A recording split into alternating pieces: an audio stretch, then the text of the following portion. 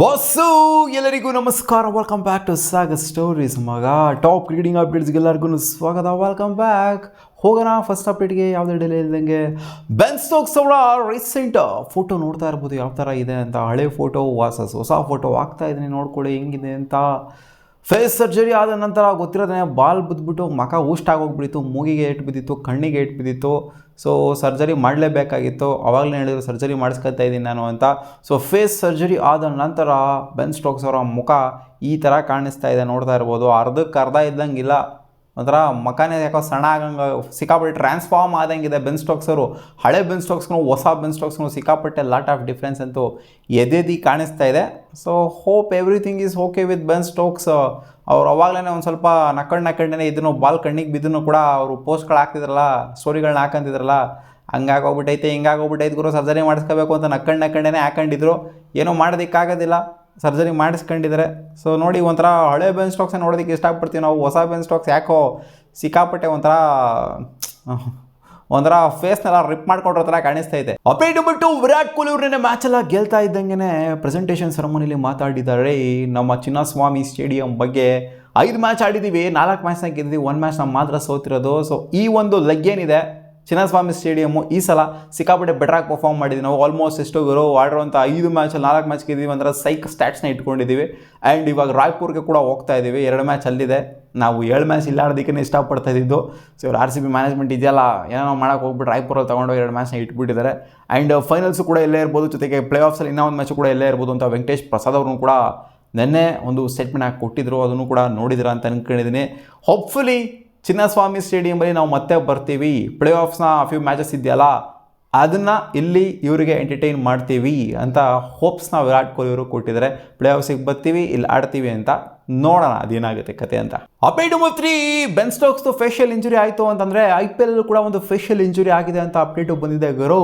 ಡೆಲ್ಲಿ ಕ್ಯಾಪಿಟಲ್ಸ್ನ ಒಬ್ಬರು ಬ್ಯಾಟರ್ಗೆ ಈ ಇಂಜುರಿ ಆಗಿದೆ ಅಂತ ಅಪ್ಡೇಟ್ ಬಂದಿದೆ. ಅದೇ ಯಂಗ್ಸ್ಟರ್ ಆಗಿರೋಂಥ 18 ವರ್ಷದ ಸಾಹಿಲ್ ಪರಾಕ್ ಅವರಿಗೆ ಈ ಇಂಜುರಿ ಆಗಿದೆ ಅಂತ. ಸೊ ವಿಜುವಲ್ಸ್ ನೋಡ್ತಾ ಇರ್ಬೋದು. 24ನೇ ತಾರೀಕು ಆಗಿರುವಂಥದ್ದು ಈ injury. Just before Punjab Kings against ಆಡೋದಲ್ಲ ಡೆಲ್ಲಿ ಕ್ಯಾಪಿಟಲ್ಸು, ಆ ಮ್ಯಾಚ್ಗಿನ್ನ ಹಿಂದೆನೇ ಈ ಇಂಜುರಿ ಆಗಿದೆ ಅಂತ ಅಪ್ಡೇಟ್ ಬಂತು.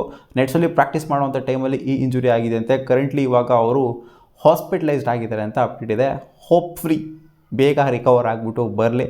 ಈ ಸೀಸನ್ ಮ್ಯಾಚ್ ಇನ್ನೇನು ಅವರು ಆಡಿಸ್ತಾ ಅಂತೂ ಇಲ್ಲ, ಅಲ್ಲಿ ಯಂಗ್ಸ್ಟರ್ನ ತೊಗೊಂಡಿದ್ದಾರೆ, ಸುಮ್ಮನೆ ಜಸ್ಟ್ ಬ್ಯಾಕಪ್ ಆಗಿ ಇಟ್ಕೊಂಡಿದ್ದಾರೆ. ನೋಡಿ, ಬ್ಯಾಕಪ್ ಆಗಿ ತೊಗೊಂಡಿರೋಂಥ ಪ್ಲೇಯರ್ಗೆ ಫೇಶಿಯಲ್ ಡ್ಯಾಮೇಜ್ ಆಗೋಗ್ಬಿಡ್ತು ಅಂತಾರೆ. ಇದಕ್ಕಿಂತ ಒಂದು ಹಾಲ್ಟ್ ಆಗೋವಂಥದ್ದು ಇನ್ನೂ ಒಂದಿರೋದಿಲ್ಲ. ಪ್ರಾಕ್ಟೀಸ್ ಮಾಡ್ತಾ ಇರೋಂಥ ಟೈಮಲ್ಲಿ ಹೆಂಗಿದ್ರು ಆಡ್ತಾ ಇದ್ದರೆ ಅದೊಂಥರ ತೊಗೊಬೋದು. ಆಡ್ತಾನೆ ಇಲ್ಲ ಅಂತಂದರೆ ಫೇಶಿಯಲ್ ಡ್ಯಾಮೇಜ್ ಅಂತ ಅಂದರೆ ಫೇಶಿಯಲ್ ಡ್ಯಾಮೇಜ್ ಆದರೆ ಸುಮ್ಮನೆ ಇರೋದಿಲ್ಲ ಗುರು, ಸಿಕ್ಕಾಪಟ್ಟೆ ಸೈಕ್ ಆಗೋಗ್ಬಿಡುತ್ತೆ. ಯಾಕಂದ್ರೆ ನೋಡಿ, ಬೆನ್ ಸ್ಟೋಕ್ಸ್ ಅವರು ಅವ್ರ ಥರನೇ ಕಾಣಿಸ್ತಾ ಇಲ್ಲ, ಶೇಪೇ ಚೇಂಜ್ ಆಗೋಗ್ಬಿಡುತ್ತೆ. ಅಪ್ಡೇಟ್ ನಂಬರ್ 4, ಶುಭ್ಮನ್ ಗಿಲ್ ಅವರು ಸೆಟ್ ಮಾಡಿ ಕೊಟ್ಟಿದ್ದಾರೆ ಮ್ಯಾಚ್ ಆದ ನಂತರ. In the next match hopefully Sai Sudharsan gives me most strike in power play ಅಂತ ಹೇಳಿದ್ದಾರೆ.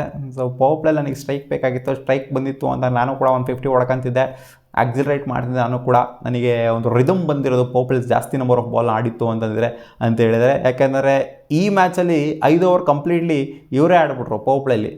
ಎಲ್ಲ ಅವಕಾಶ 1 ಓವರ್ ಕೂಡ ನೆಟ್ಟಿಗೆ ಸಿಗಲಿಲ್ಲ ಅಲ್ಲಿ ಶುಭ್ಮನ್ ಗಿಲ್ಗೆ. ಸೊ ಆದ್ದರಿಂದ ಅವರೊಂದು ಸ್ವಲ್ಪ ಪವರ್ ಪ್ಲೇನ ನೆಟ್ಟಿಗೆ ಯೂಸ್ ಮಾಡ್ಕೊಳಕ್ಕಾಗದೇ ಇದ್ದಿದ್ದರಿಂದ ಅವ್ರ ಸ್ಕೋರಿಂಗ್ ರೇಟು ಕೂಡ ಸ್ವಲ್ಪ ಡೌನ್ ಆಯಿತು ಅನ್ನೋ ಥರ ಇವ್ರಿಗೆ ಅನಿಸಿರಬಹುದು.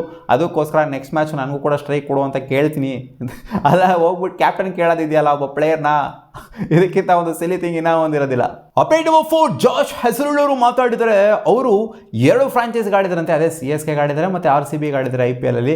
ಸೊ 2 ಫ್ರಾಂಚೈಸಲ್ಲಿ ನನಗೆ ಸಿಕ್ಕಾಪಟ್ಟೆ ಒಂದು ಲೌಡೆಸ್ಟ್ ಅನಿಸಿದ್ದು ಆ್ಯಂಡ್ ಕ್ರೇಜಿ ಅಂತ ಅನಿಸಿದ್ದು ಯಾವ ಫ್ಯಾನ್ಸು ಅಂತಂದರೆ ಅದು RCB ಫ್ಯಾನ್ಸ್. ಹೌದು, RCBಗೆ ಜಾಸ್ತಿ ಆಡಿರೋದು. RCB ಒಲವಂತೂ ಸಿಕ್ಕಾಪಟ್ಟೆ ಇದೆ ಜಾಶ್ ಹೆಸರುಳ್ಳಿಗೆ, ಅದು ನೋಡ್ರೆ ಗೊತ್ತಾಗುತ್ತೆ. ಯಾಕೆಂದರೆ ಲಾಸ್ಟ್ ಸೀಸನು ಅವ್ರು ಫೈನಲ್ಸ್ ಆಡೋವಂಥದ್ದು ಏನು ಇರಲಿಲ್ಲ, ಸಿಕ್ಕಾಪಟ್ಟೆ ಇಂಜುರಿ ಆಗೋಗ್ಬಿಟ್ಟಿತ್ತು ಅವ್ರಿಗೆ. ಆಸ್ಟ್ರೇಲಿಯಾಗೆ ಹೋಗಿ ಅಲ್ಲಿಂದ ಕ್ಲಿಯರೆನ್ಸ್ನ ತೊಗೊಂಡು ರಿಕವರ್ ಆಗಿಬಿಟ್ಟು ಬಂದು ಪ್ಲೇ ಆಫ್ಸಲ್ಲಿ ಇಲ್ಲಿ ಎಕ್ಸಿಕ್ಯೂಟ್ ಮಾಡಿ ತೋರಿಸಿದ್ರು, ನಜ್ಜಿ ನಾನು RCBಗೋಸ್ಕರ ಆಡೇ ಆಡ್ತೀನಿ ಅಂತ ಪೊಣ ತೋಟ ಆಡಿದ್ರು.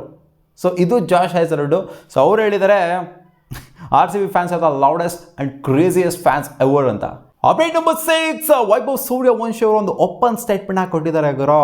ನಾನು ಮ್ಯಾಚ್ಗಿನ ಮುಂಚೆ ಏನು ಮಾಡ್ತೀನಿ ಅಂತ ಅಂದರೆ, ನಾನು ಕಾರ್ಟೂನ್ ನೋಡ್ಕೊಂಬರ್ತೀನಿ. ಯಾವ ಕಾರ್ಟೂನು ಅಂತ ಹೇಳಿಲ್ಲ, ಕಾರ್ಟೂನ್ ನೋಡ್ಕೊಂಡು ಬರ್ತಾರಂತೆ. ಅವರೇ ಓಪನ್ ಸ್ಟೇಟ್ಮೆಂಟಾಗಿ ಕೊಟ್ಟಿದ್ದಾರೆ. ಸೊ ಸೀಕ್ರೆಟ್ ಏನು ಅಂತಂದರೆ ಮ್ಯಾಚ್ಗಿಂತ ಮುಂಚೆ ಇವ್ರು ಕಾರ್ಟೂನ್ ನೋಡ್ತು ಅಂತಂದರೆ ಸಿಕ್ಕಾಪಟ್ಟೆ ಅವ್ರಿಗೆ ಒಂಥರ ಬ್ರೈನು ಸಿಕ್ಕಾಪಟ್ಟೆ ಫ್ರೆಶ್ ಆಗುತ್ತೆ ಅಂತ ಕಾಣಿಸುತ್ತೆ. Mind fresh.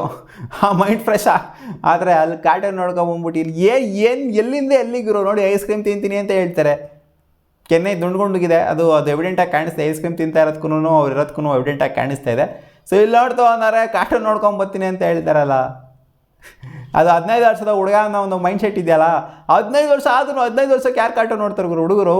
ಸಿಕ್ಕಾಪಟ್ಟೆ ಡೆವಲಪ್ ಆಗೋಗ್ಬಿಟ್ಟಿರ್ತಾರೆ. ಬಟ್ ಆದರೂ ಒಂಥರ ನಾನು ಯಾವಾಗಲೂ ಹೇಳ್ತೀನಿ, Vaibhav Suryavanshi on field monster, off the field ಹೋಯ್ತು ಅಂತಂದರೆ ನೋಡಿದ್ದೀವಿ ವೈಭವ್ ಸೂರ್ಯವಂಶಿ ಆಡೋವಂಥ ಆಟಗಳು ಮತ್ತು ಅವ್ರು ಮಾಡೋಂಥ ತಮಾಷೆಗಳು. ಸೊ ಹಂಗೆ ಇರಬೇಕು ಅಂತ ಅನಿಸುತ್ತೆ ಪ್ಲೇಯರ್ಸ್ಗಳು ನೋಡ್ತು ಅಂದರೆ. ಸೊ ನಾರ್ಮಲಾಗಿ ಮೇಯ್ನ್ ಪ್ಲೇಯರ್ಸ್ಗಳೇನಿರ್ತಾರೆ ಏಜ್ ಆಗ್ತಾ ಇದ್ರೂ ಕೂಡ, ಸೊ ಅವರು ಕೂಡ ಇದೇ ಥರ ಇತ್ತು ಅಂದರೆ ಒಂದು ಸ್ವಲ್ಪ ಕಾಮಿಡಿಯಾಗೆ ಒಂಥರ ಫನಿ ಆಗಿತ್ತು ಅಂದರೆ ಚೆನ್ನಾಗಿರುತ್ತೆ ಅಂತ ಅನಿಸುತ್ತೆ. ಬಟ್ ಈ ಏಜಲ್ಲಿ ಆ ಥರ ಇದ್ದಾರೆ. ಇನ್ನೊಂದು ಸ್ವಲ್ಪ ವರ್ಷ ಆದಮೇಲೆ ಯಾವ ಥರ ಆಗ್ತಾರೋ ಗೊತ್ತಿಲ್ಲ. ರಿಯಾನ್ ಪರಾಗ್ನೂ ಕೂಡ ಇದೇ ಥರ ನೋಡ್ತಾ ಇದ್ವಿ ನಾವು. ಕಾರ್ಟೂನ್ ನೋಡ್ತಾರೆ ಅಂತ ಹೇಳ್ತಿರಲಿಲ್ಲ, ಬಟ್ ಒಂಥರ ಫನಿ ಆಗಾಡೋರು ಚಿಕ್ಕ ಏಜಲ್ಲಿ.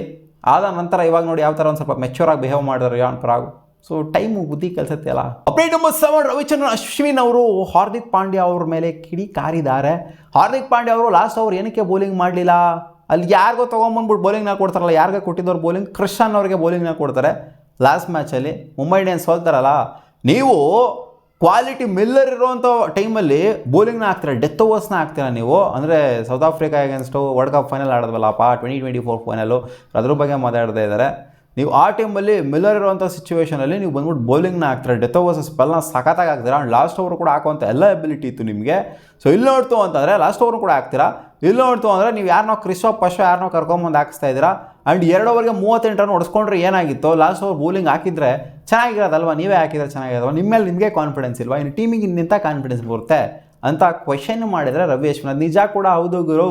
ಹಾರ್ದಿಕ್ ಪಾಂಡ್ಯಗಿರೋ ಕಾನ್ಫಿಡೆನ್ಸ್ ಲೆವೆಲ್ ನೋಡ್ತು ಅಂತಂದರೆ ಮುಂಚೆ ಇದು ಕಾನ್ಫಿಡೆನ್ಸ್ ಲೆವೆಲ್ ಬೇರೆ ಥರನೇ ಇತ್ತು. ಫಸ್ಟ್ ಓವರ್ ನಾನೇ ಮಾಡ್ತೀನಿ, ಲಾಸ್ಟ್ ಓವರ್ ನಾನೇ ಮಾಡ್ತೀನಿ ಅನ್ನೋ ಥರ ಇತ್ತು ಕಾನ್ಫಿಡೆನ್ಸ್ ಅವ್ರಿಗೆ. ಯಾಕೋ ಸ್ವಲ್ಪ ಮಟ್ಟಿಗೆ ಕಾನ್ಫಿಡೆನ್ಸು ಕೂಡ ಕುಗ್ದಂಗಿದೆ ಹಾರ್ದಿಕ್ ಪಾಂಡ್ಯ ಅವ್ರಿಗೆ. ಅಪ್ಡೇಟ್ ನಂಬರ್ 8, ಮ್ಯಾಚ್ ನೋಡೋದ ನಂತರ ಸ್ಯಾಮ್ ಬೆಲ್ಲಿಂಗ್ಸ್ ಸಿಕ್ಕಾಪಟ್ಟೆ ಎಕ್ಸಲಿ ಪೋಸ್ಟ್ಗಳನ್ನ ಹಾಕೊಂಡಿದ್ರೆ, ಅದು ಇವ್ರ ವಿಚಾರದಲ್ಲಾಗಿರ್ಬೋದು, ಜೇಕಬ್ ಬೆಥೆಲ್ ವಿಚಾರದಲ್ಲಾಗಿರ್ಬೋದು, ವಿರಾಟ್ ಕೊಹ್ಲಿ ವಿಚಾರದಲ್ಲಾಗಿರ್ಬೋದು. ವಿರಾಟ್ ಕೊಹ್ಲಿ ಬಗ್ಗೆ ಅವ್ರು ಹಾಕೊಂಡಿರೋದೇನು ಅಂತಂದರೆ, is there anything better that watching Virat Kohli in full flow ಅಂತ ಹಾಕ್ಬಿಟ್ಟು ಬೆಂಕಿ ಸಿಂಬಲ್ನೆಲ್ಲ ಹಾಕ್ಬಿಟ್ಟಿದ್ರೆ. ಇದನ್ನು ನೋಡಿದಂಥ ಮೈಕಲ್ ಮಕ್ಕನ್ ಅವರು ಒಂದು ಪೋಸ್ಟ್ನ ಹಾಕ್ಬಿಟ್ಟಿದ್ದಾರೆ. ಅದಕ್ಕೆ ರಿಪ್ಲೈನ್ ಪೋಸ್ಟ್ನ ಹಾಕ್ಬಿಟ್ಟಿದ್ದಾರೆ. ಜೋ ರೂಟ್ ಅಂತ ಹೇಳಿದ್ದಾರೆ. ವಿರಾಟ್ ಕೊಹ್ಲಿಗಿಂತ ಯಾರನ್ನ ಸಖತ್ತಾಗಿ ನೋಡ್ಬೋದು ನೀವು ಅಂತ ಅಂದರೆ ಅದು ಜೋ ರೂಟ್ನಾ ಅಂತ ಹೇಳಿದ್ದಾರೆ. ಓಕೆ ಗುರು, Joe Root okay, in test format okay.